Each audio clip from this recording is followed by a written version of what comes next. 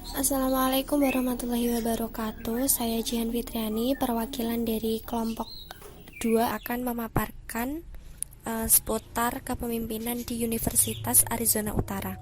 Nah, di dalam universitas terdapat skema mengenai kegiatan dalam universitas.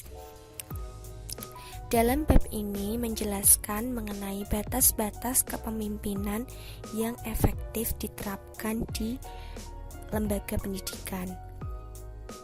Nah, adapun poin-poin yang diterapkan yaitu yang pertama ada manajemen, yang kedua ada kreativitas, yang ketiga ada hubungan peran, yang keempat ada peran legitimasi, yang kelima ada hubungan pengikut, yang keenam ada penggunaan kekuasaan dan sanksi, yang ketujuh ada dasar kewenangan, dan yang terakhir ada lensa praktik.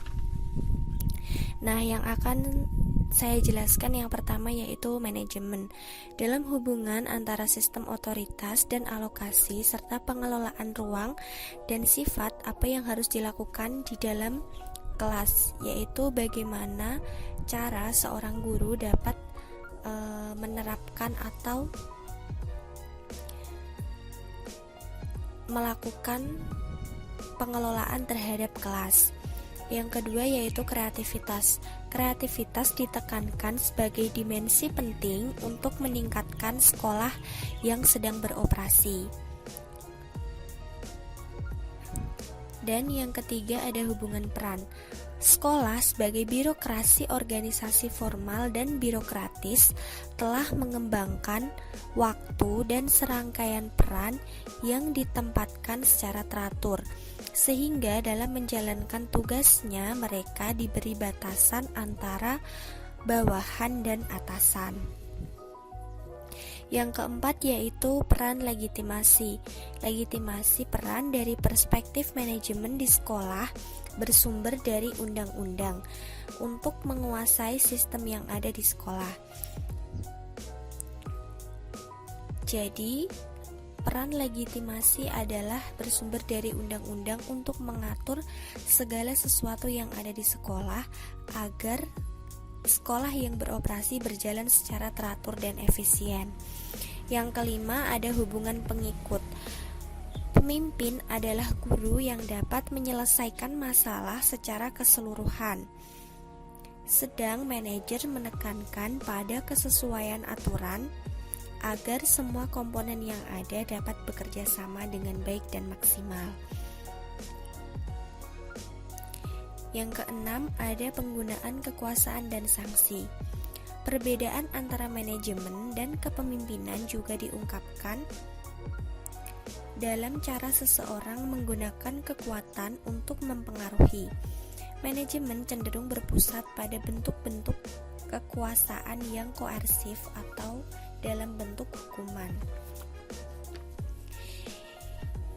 Yang ketujuh ada dasar kewenangan. Otoritas manajemen dan kekuatannya untuk memerintah dan memaksa kepatuhan berpusat pada suatu organisasi. Birokrasi cenderung menekankan pada serangkaian peran antara atasan dan bawahan, sedang kepemimpinan menekankan pada otoritas moral dan norma-norma yang berlaku. Yang terakhir atau yang kedelapan adalah lensa praktik, di mana administrator harus dilatih secara ilmiah agar mendapatkan efisiensi secara maksimum atau pengurangan biaya terhadap sekolah yang sedang beroperasi.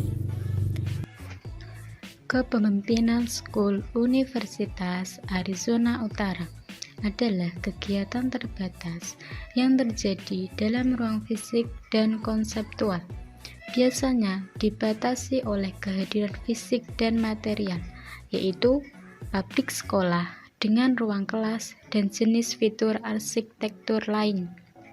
Meskipun ada upaya terus-menerus untuk membuat sekolah virtual yang tidak memiliki properti seperti itu, dan di dalam ruang itu terdapat ide dan skema tentang apa yang harus terjadi di dalamnya.